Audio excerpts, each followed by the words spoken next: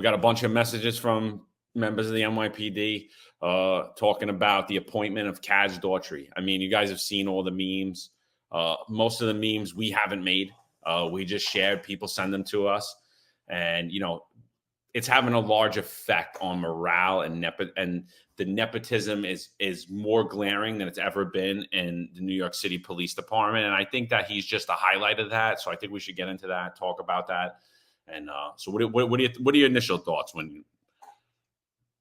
Well, I think what's interesting about this particular case, if you and I have been extremely expressive on social media, especially Twitter, Instagram, about this specific appointment. And I think, unfortunately, some people have the wrong idea to think that this is a diversity, equity, and inclusion appointed promotion. And that's not the case in this particular situation. John and I have been pretty expressive and, again, adamantly going to say that this is a case of extreme nepotism. It just happens to be that the appointee is black, but has nothing to do with race, has nothing to do with diversity. This is 100% about nepotism, some type of connection with Jeffrey Maddrey, who's the chief of the department for the New York City Police Department, who happens to have been MIA for the past few months. We haven't heard a word from him. But again, I want to say I think it's a complete extreme amount of nepotism. Absolutely. I mean, let's just talk Kaz's career real quick, right? He was an active cop somewhat, but he didn't experience what the average rank and file of the New York City police do. He didn't go through the process of, I'm going to do patrol, I'm going to do anti-crime, maybe I'm going to do borough crime, maybe I'm going to go to the squad, maybe I'm going to go to the boss route. No, I mean, let's face it. He was a sergeant's operator his entire career. Do you believe that by him driving Jeffrey Maddrey, and I know he's had arrests. I'm not saying that he hasn't had arrests. He's had some questionable arrests, obviously, because we've seen the charges and stuff, but I don't know. That wasn't part of those investigations. And we've seen CCRB frivolously attack people, as in the case of Eric Dim. So I don't know. So he's an active cop. I give him the benefit of the doubt that he was a good cop. But he still didn't go through those processes. Do you think that by driving a chief, if that was your career marker, do you believe that you should even be promoted to the rank of detective for doing that? Absolutely not. It does not fit the criteria to make detective. Unfortunately, we've watered down the shield of detective completely. Detective is supposed to be a well-qualified, well-rounded investigator, someone with extreme amount of skills, operational skills, doing policing, able to have observation skills to understand people. That's what a detective is. And I understand, unfortunately, the police department, again, here's another problem with the unions. The police department has never come to an agreement with the unions on having some type of police department, police officer rank specialist where they can give more pay for that particular rank. So that's why the police department has been put in a position to give someone detective. That's another failure by the unions. So greedy that they don't want to have police officers have a rank where they can make more money. What I was told in the past is that Pat Lynch had said if other police officers are going to get more money, they want it divvied up amongst all the members. That doesn't make any sense. There should be incentive for police officers to have some type of senior or some specialty as a police officer and get paid for their skills. But to promote them to detective just really waters down the actual shield. Again, I think this comes down to complete nepotism. Yeah, I mean, it's really not an investigative assignment. I'm not saying that he's not due for some type of promotion, but I will say that him going to first grade detective through driving Chief Jeffrey Maddrey is a slap in the face to every police officer and every detective in New York City. That is a complete, utter slap in the face. Again, he did not go through these processes that we all go through. Standing at details, working a sector car, working in anti-crime, being under the same lens and have the same pressure as the average rank and file of the New York City police officer. Going to a squad, going to gang, going to one of these units where you're going to get a shield out of, right? So I don't believe that he even got himself promoted to first grade. I don't even believe that was a good reflection of his career, and I think that's weighed on morale a lot. I think that you see that with the average rank and file police officer and detective, especially for active cops. You're attacking the active cops here. These are the guys that are like, what about me? I have 500 arrests. I have 50 CCRB cases that I did nothing on. I have a million IAB complaints and all these investigations. And this kid drives Marjorie, made a few arrests, and he's a first grade detective. I'm glad you pointed those things out. The other thing that we should talk about, which I think is extremely important, I think that the discretionary promotion in itself is completely subjective, including myself. I was promoted to special assignment as a lieutenant. It's completely subjective. Everyone's opinion of what is a specialist in that rank is a different opinion. So what I think we should have is there should be some specific criteria for each discretionary promotion. And then in addition to that, obviously, there's going to be some subjective opinion. And it should be a subjective opinion that the majority of the police department meets as an opinion. There's always going to be people that say, you know what, that guy doesn't deserve detective, or that girl doesn't deserve it. But if 99% of the department agrees that if someone does investigative work and they have so many arrests and they've been involved in so many gun arrests and they've testified so much at trial and they have the experience of debriefing prisoners and they have a well-rounded, vast amount of experience in the job, if 99% of the police department would be in agreement of someone get promoted, then yes, there's always going to be that plus or minus 1% that doesn't agree on someone specific, and it might be personal reasons. But I think that should be the basis on how we promote someone for discretionary promotions. But here we are now. He's elevated himself to the assistant commissioner of the police department. So, John, what are your thoughts on that? Yeah, well, so he doesn't elevate himself per se, but his connections with Chief Jeffrey Marjorie, Philip Banks, New York City Mayor Eric Adams, they elevate him. Now, I'll be the first to say, I would take the first grade promotion and I would take the assistant commissioner title as well. So, Kaz, this isn't a knock on you, bro. This is a knock on the overall system. This is what this is. It's not a personal attack on you. This is an attack on what is going on. What is going on is not proper. It's not correct. It's a slap in the face. It diminishes you. It diminishes everybody else on this job. So now we promote you. We promote you to assistant commissioner. You fly past people. Again, you skip, I believe, I don't know, I'm just going to go off the top of my head, 7 ranks. 7 ranks, right? You stand up on a podium with Chief John Schell, Chief Jeffrey Marjorie, Chief Jason Savino. These guys went through these processes. I'm talking about your first grade appointment. I'm saying, yeah, I don't believe you deserved it. Now I'm saying, forget that. You've never even been a supervisor, dude. I put a tweet out a while ago and I said, you have about enough experience to be a rookie sergeant. And that's what I believe, because you do not deserve to stand anywhere on the stage. Again, not an attack on you. This is an attack on what is going on. It's wrong. It's completely wrong. Kaz should have to take the test. They circumvented the civil service process for you to enter in the ranks of leadership in the NYPD. It's unprecedented. Well, let me circle back because I just want to explain what I meant, which, yes, they did appoint Kaz Daughtry to first grade detective. And upon that, in addition to that, he was appointed assistant commissioner. So, yes, but when I say he elevated himself, the reason I say that is because when he's spoken out several times at conferences, and when he spoke on that interview that you and I were pretty expressive about, where he didn't know his own job, I say he elevated himself because he did.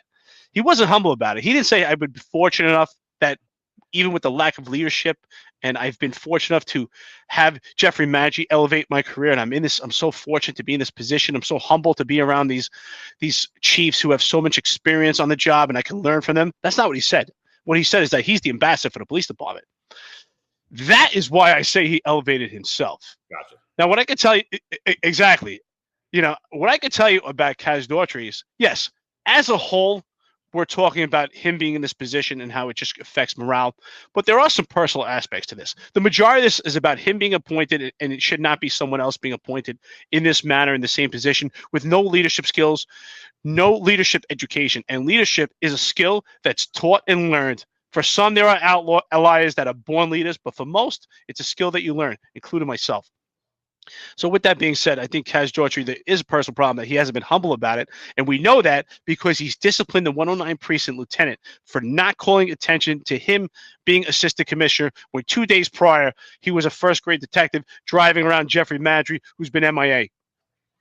And there was, I believe, 2 other lieutenants and a sergeant as well. And so there were 2 that were transferred for not saluting someone that, again, we don't say is even in the that you should have to salute. It's not even written in the guide to salute them. Most people at that point did not even realize who he is. I think they know who he is now because he's made such a fool of himself, and the department has made him look like a fool by putting him on the stage to talk about things that he has no business talking about and things he's completely not capable of talking about.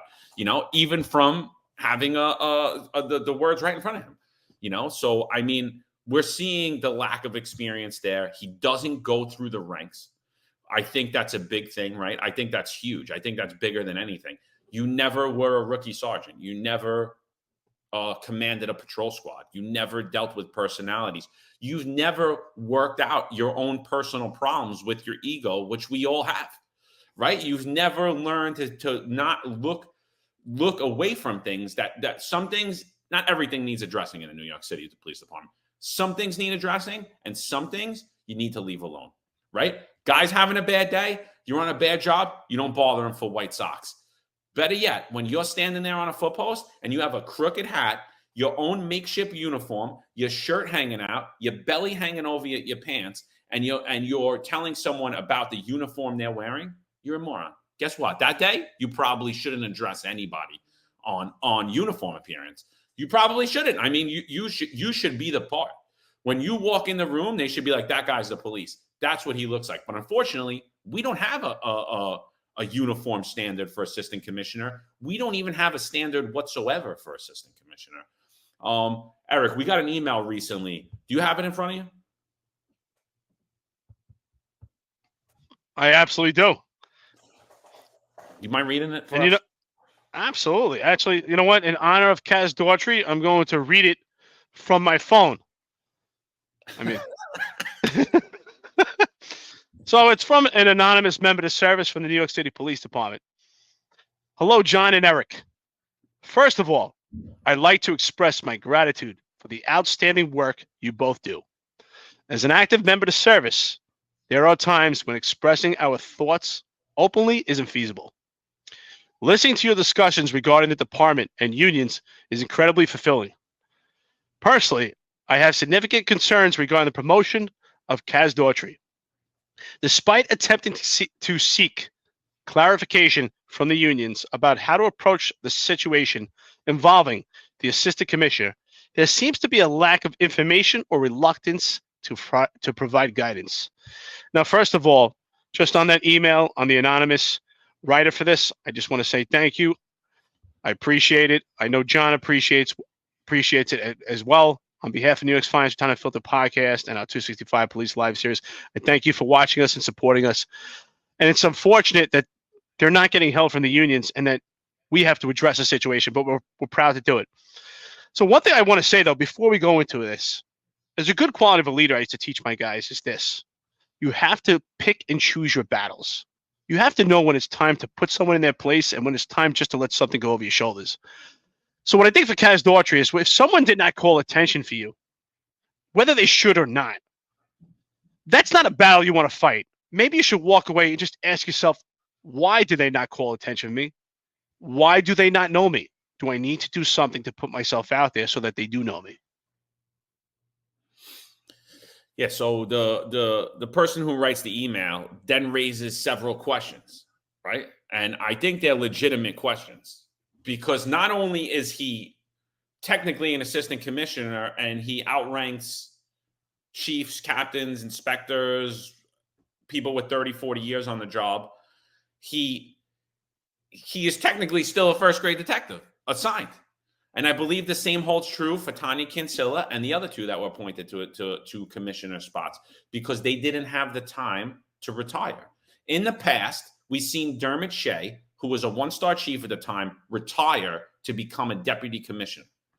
And then when he got the call that he was that he kissed de Blasio's feet enough that he was going to be made a 3-star and possibly take over as police commissioner, he then reinstated himself as a uniformed member of services, came back, became a 3-star chief of detectives, then after that retired again to become the police commissioner. These people did not do that. They never retired from the New York City Police Department. They're acting in the rank of commissioners. So just so everyone's aware, it's never happened prior because your pension numbers are going to grow significantly. I mean, I don't even know. They added $40,000-$50,000 a year. Is he still entitled to overtime? Does he still get overtime, or is it a ranked thing? I want to know. It's all going into that uniform pension, but they're not acting in a uniformed role. So it's a big problem, and it's something that needs to be looked at. Eric, do you have the questions that the person asked? Do you mind reading those out? Absolutely. Let's go into the questions. So it starts out like this. Several questions arise. And by the way, Kaz, just when you have an opportunity, when you read from a teleprompter or you read from a phone, you have to actually be engaged to the viewer. So it would be something like this. While his rank remains that of a detective, his title is assistant commissioner. As a higher ranking uniform member of the service, should I salute him and follow his orders? Is there documented protocol for this? It's a great question. John, what are your thoughts on that? Yeah, why is that a great question? Because as a ranking member of the service, right? Kaz Daughtry, let's just put Kaz Daughtry back in the role of first grade detective. He doesn't control a scene. I don't care what any detective tells me. I don't care what they taught you in your school or what you want to tell everybody on the radio or in public. You do not control that scene. The ranking officer controls that scene. You will be in charge and leading the investigation. Absolutely, investigative steps. But a patrol sergeant is in charge of that scene, just so we're aware. So if Kaz Daughtry tells the sergeant what to do and the sergeant does it, who ultimately is responsible for that decision? Is it the sergeant? Is it the lieutenant? Or is it Kaz Daughtry? Is it official that his order is a lawful order? And I believe that's what this person's asking. Is it a lawful order coming from him? I don't know, because again, he technically is a first grade detective. I actually think this is a great question, and I think it's very important to address. I think we have to move away. The police department has to move away from the ego aspect of this question, because unfortunately, that's what we've seen. The rank has become important because it fulfills someone's ego, and we see that in Kaz Daughtry, how he addressed the lieutenant in the 109 precinct. But what I learned, I want to reflect back on my career. What I learned in the Marine Corps is this: rank is extremely important. Why? Because it could save lives or it could destroy lives. And what I mean by that is if we're out in the field in the Marine Corps and we're on a mission, and it's not 100% sure on who's the higher rank or who holds a higher billet, when we need to move quick, if a higher rank gives it some information, there's no time to question it. We need to respond. And the same goes for the police department. I think that's kind of the aspect. What you're saying here is if you're on a crime scene and now we're securing a perimeter and we're securing potential evidence and we need to maintain the integrity of that scene, if he comes on the scene, does he have the rank and the billet to actually address a situation where he might say, move the police officers to another location or move these cones? And that could compromise the integrity of the investigation and the scene. But does he have the authority or does he not? So I think that really addresses it well. Here's the next question. Why hasn't the patrol guide and administrative guides been updated to acknowledge his title? What do you think about that? I mean, another great question. All right, and it stems from it's just an add-on to the previous question, because it stems on who is the outranking officer. I have a 1-star chief or a 2-star chief tell me to do something, as has happened to all of us in our careers. You're standing on open traffic, closed traffic, right? Everyone's telling you one thing. I have a 2-star chief of the borough, Manhattan South, come up to me during a UN detail and tell me open traffic. And then he walks away. And now here comes Assistant Commissioner Kaz Daughtry walking up the block. Closed traffic. Who told you to open traffic? 2-star chief, blah, blah, blah, told me to open the traffic up. Who do I listen to? It needs to be documented. And why isn't it? Because none of this exists, and they're circumventing not only the civil service process, they're circumventing every step in between. And the unions are perfectly fine with it. That's the problem that I have with it, is the unions just lay down and they don't address this situation. Every union, from the police department, the sergeants, the detectives, the lieutenants, the captains, every union, especially the police officers, should be addressing this particular situation. There has to be clear and concise information, but they're not addressing it. What they do address is his ego, and they massage his ego and just go along with it. Again, I asked this question, and I mean it. 2023, at this point, with the New York City Police Department, do we actually need unions? It's a great question. Where are these union dues going? If we didn't pay these union dues, would it make a difference? If you're in a pickle, you're going to hire your own attorney anyway. So, but John, I think you pretty much summed it up. I don't even think I need to answer that. I think that was great. Let's go on to the next one. I think this is another great question. And it's basically what we're saying, is why hasn't the PBA, the DEA, the SBA, the LBA, or the CEA addressed their members on how to appropriately interact with a detective holding the title of an assistant commissioner? That's a great question. So Kaz has labeled himself the ambassador for the NYPD. He's the ambassador for the rank and file cops. I don't believe that. I believe that he's the ambassador for the progressive politicians, namely New York City Mayor Eric Adams, who he has rumored to have been driving around while Eric Adams was campaigning. That I do not know for a fact. So I'm not sure. But the unions should now label themselves as the ambassadors for Kaz Daughtry, because they're going around telling everybody that Kaz wants to improve morale. And at the same time they're doing that, they're going around barking more micromanaging orders that are coming down from the top. These are the unions that are supposed to be saying, that are supposed to be looking out for you, that are supposed to be worried about the retention and the retention of New York City police officers, the ability to recruit New York City officers, and the ability to protect you in your profession, in your job, your benefits, your pay. But they're solely focused on pay. They just settled the contract, solely focused on pay. So at the same time, they're telling you that Kaz wants to improve morale. They're basically telling you, don't give him an easy one. Make sure you're doing, let's just say, the stop reports, right? Now for every stop report you have to do, you have to plug it onto your body camera video. Why? So that it makes it easier for CCRB and the investigative units to hammer you and get in contact with your complainant. Which, whatever. But it's just more micromanaging. And instead of the union saying, how much do you want these guys to do? How much time do they get to do a specific job? How much time do they get to document all of this stuff on their body camera video? How is this even plausible? They just tell you, don't give them an easy one. I actually put a lot of blame on this one also on Jeffrey Maddrey, chief of the department for New York City Police Department. And the reason why is he is behind this appointmentship. He's behind his appointment as the assistant commissioner. Even prior to that, he's behind Kaz Daughtry being appointed as first grade detective. So Jeffrey Maddrey should speak out to the police department. And that's the problem with the leadership in the police department, is they lack communication. Communication breaks barriers. Obviously, it would be too much work for Jeffrey Maddrey to go to every precinct and address the situation. But what does the police department do? They have the intranet and they have videos where everyone has to actually sign that they watched the video.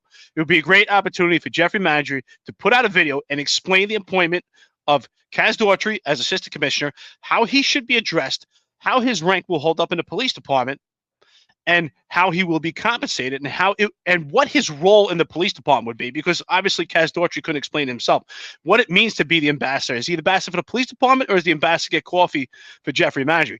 That's what we need to know. These are questions. So let's keep going here. The next one is this. I think you pretty much summed it up, but I think you should, if you could go into it again, I think that was great so that the public understands this. Are we aware of whether he's being compensated as a first grade detective or as assistant commissioner? From my understanding, and I don't know this totally because I haven't foiled anything, and even if I did, the police department wouldn't answer those foils anyway. So I'm not. I don't feel like wasting my time.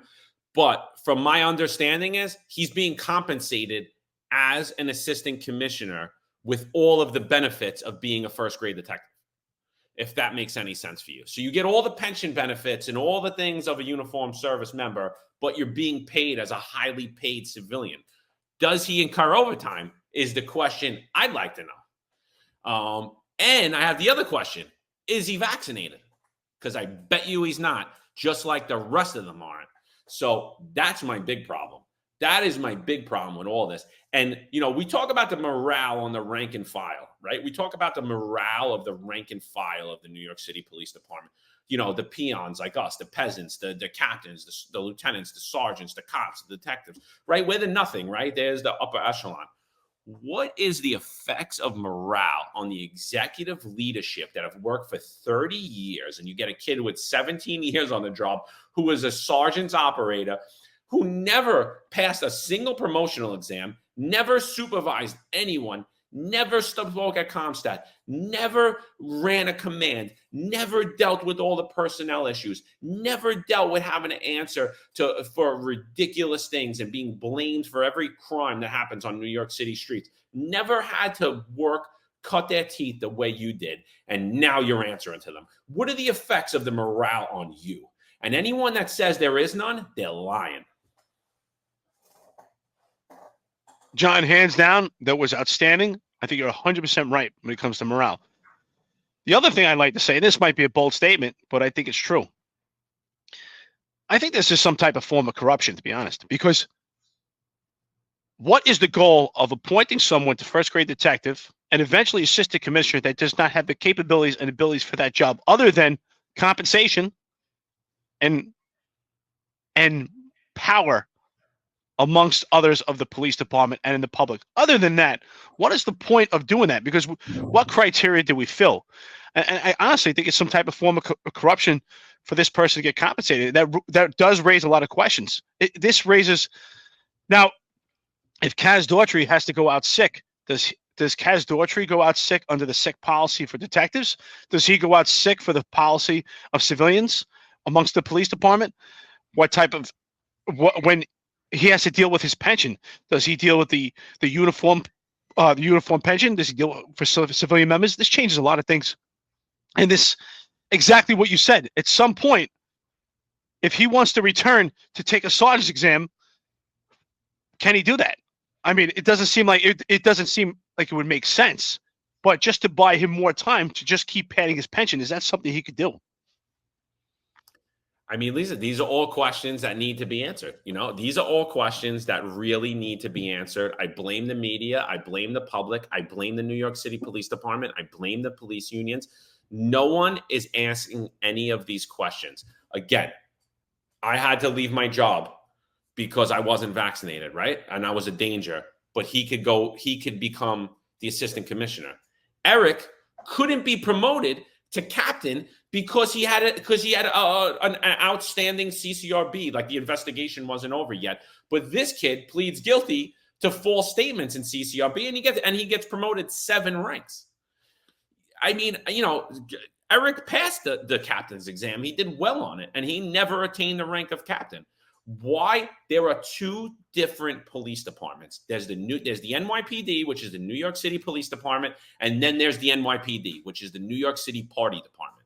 And the party department does not go by any of the rules that the New York City Police Department has to follow. Not for promotional, not for disciplinary, not for mandates, not for one damn thing. Not for sick policy, not for taking days off, not for traveling overseas. Right? Why is Kaz Daughtry and Tanya Kinsella in Israel? Why is Kaz Daughtry and John Schell in Puerto Rico this weekend when New York City's on fire? The New York City Party Department is looks like a ton of fun, but they're failing New York City. I would like to work with them. I would like to have a $200,000 a year job where all I do is schmooze everyone and tell everyone we're not taking it anymore as New York City's getting lit on fire every day. I think it raises some great questions. What is the standard? I myself, I had no discipline from the police department ever in my career. The only discipline that I received was on behalf of the Civilian Complaint Review Board. And simultaneously, while I was getting substantiated cases from the Civilian Complaint Review Board, I was getting awards from the New York City Police Department and also from the community for the same instances. And I was told I would not be promoted to captain. I was passed over because of all the substantiated cases from CCRB. Where is the standard here? Is there a different standard for discretionary promotion rather than someone who passed the test? If anything, I think the threshold for discretionary promotion should be even higher than someone who passes a test. There should be even heavier criteria in the way that it's appeared and viewed. I'd like to finish this email from this anonymous source, and I'd like to talk about the unions in regards to this, because I think you and I were pretty expressive and adamant. We should talk about the role of the unions in this. And it ends like this. It would be interesting if you could discuss the topic in an upcoming podcast or even dedicate an entire episode to it. I'm certain excuse me. I'm certain. Not the only one intrigued by this Kaz character. Keep up the exceptional work. Now, he or she, whoever wrote this, I want to thank you for writing this email. It does take guts. We will keep your identity anonymous, of course, but I thank you for that. So there should be a significant role of the unions in this particular case. What do you think the role is, and what do you think their position is? Or do we know what their position is? Like I said, I think that they should say exactly what they are. I don't think we should call them unions anymore. I think we should change their name to associations. I think they should be called the Water Boy Association for that, whatever rank it is. Like we're the sergeant water boys for the mayor. We're the lieutenant water boys for whoever. And not only are they water boys, they're the ambassadors for Kaz Daughtry. They're the ambassadors for improving morale with zero solutions on how to do it. Talking about another contract, talking about giving officers a 20-year retirement isn't going to retain, isn't going to recruit, and isn't going to make an officer's life every minute of their day easier. You're solely focused on contracts because you have zero solutions. You sit here, you listen to us, you reiterate the things we say, you look at my social media, you look at Eric Dim's social media, and you post the same exact things that we post, the same articles that we talk about. But you know the difference between me and Eric? We're sitting here, there's absolutely nothing we could do about it. There's zero. If I had funding, if I had people paying us, if we had lawyers sitting on standby that we pay, believe me, there would be a lot of legal challenges going on in New York, which you don't do because you're the water boys. And why? Why are you ambassadors for the upper echelon of the NYPD? It's in direct conflict with what you're supposed to be doing. It's in direct conflict with representing the members of the New York City Police Department who give you money, who rely on you, and you're failing them. You're failing them miserably. And by the way, I said it on a tweet, you're so focused on contract negotiations and you're terrible at it. You couldn't lease a car. You couldn't make a lease for a car well. It's pathetic. You're all pathetic. You take what's given to you. That's what it is. Water boys. Well, I've been saying it and I'll say it again. I think that these union members are just filling their slimy pockets. I'm speaking to the cops out there right now. Detectives, sergeants, lieutenants, captains. You're in a union right now. Ask yourself, why am I paying these union dues? If you pay an average of $25 every 2 weeks, that's $50 a month. $50 a month times 12 months. That's $600 a year. After 20 years, that's $12,000. Ask yourself, where's that $12,000 going to? Amongst 35,000 uniformed members of the New York City Police Department, where is this money going? Would it make a difference if you didn't pay this? Because if you didn't pay these union dues, you're still entitled to medical. You're still entitled to a health plan. So would these dues make any difference? Because again, I say it all the time. If you're in a pickle, and I challenge anybody, please respond to this podcast. Anyone here that's in a significant pickle, would you hire a private attorney or would you use the union attorneys? And odds are you're going to hire a private attorney. So why are you paying these dues anyway? Do you need a union attorney when you speak to the Civilian Complaint Review Board at a deposition? Absolutely not. You know more than that attorney does because you're the one who's out there. It's unfortunate, but the Civilian Complaint Review Board is trying to lead you down misleading statements. It's reverse engineered. But the unions are completely useless right now. I think that they're outdated. Maybe at some point Maybe in the 1930s, 1940s, they were necessary. But at this point, 2023, absolutely not. I would boycott them all. I mean, do you really need your delegate at a CCRB or IB or an investigation interview? Do they even help you? Do they even know what's going on? I mean, half the time, even when you get the trustee, what are they doing? They're on their phone. Yeah, I'll meet you right after. Don't worry about it. I'll meet you right there. Yeah, they're going to lunch. So they stay solely focused around their social aspect, and they're checking their watch the whole time you're in there. And they literally help you zero. So I don't understand what you even need them for. Now, did have some good delegates, but I don't believe that they help you inside of a GO, inside of a room. I don't believe you're being helped. I didn't feel like they were added benefit. If anything, I felt like they were on the same. They were on the other side of the table. They were more coming after me than the people on the other side of the table. That's what I felt like. I didn't feel like these people have my back, and that's just my personal opinion on it. I think that you raised a great point. I'm not going to say the word circle back, though, because I did get a couple of comments that they said, tell Eric to stop saying circle back because he sounds like Jen Psaki. So I'm not going to say it, but I would just want to. That's hysterical. But I just want to bring back what you said because it is very important. What is the standard? Why is the standard for discretionary promotion different than the standard for civil service promotion? Why wasn't Eric promoted?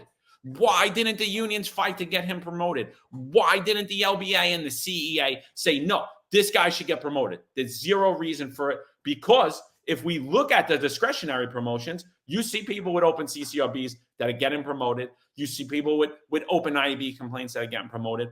Why couldn't Eric get promoted? And that happened to not just Eric. That happened to a ton of people I know. And then you see Kaz Daughtry. Yeah, no problem. Open whatever. 7 ranks. Boop. Take him out. Boop. And like I said, if you're going to do that, he should have had to retire from the New York City Police Department and now take his new civilian position. And again, we circumvented this whole process for the New York City Party Department. Everybody's a Water Boy Association member for New York City Mayor Eric Adams. If the party department's taking applications, let me and Eric know. We'll spread the information because I'm sure there's a lot of guys inside of the New York City Police Department. You probably would have an easier time recruiting. First of all, I just want to say that's hilarious because, John, you and I speak offline constantly, all day, every day, and you never told me about that circle back, so that is hysterical. That's hilarious.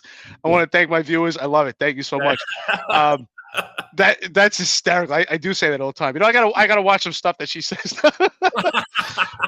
But it's just, it really does raise a lot of questions. And honestly, for those that are in the unions right now, and your trustees and your high-ranking board members in the unions, ask yourself honestly, when you're sleeping at night, do you feel comfortable taking union members' money, going out, having expensive lunches, expensive dinners for years, not having to wear a gun belt, not having to wear a uniform, not having to play the same rules in the same game that the cops do and the other sergeants, lieutenants, detectives, wearing body cameras, handing out business cards? Do you really feel good about yourself that you're not helping these members, but you're taking their money?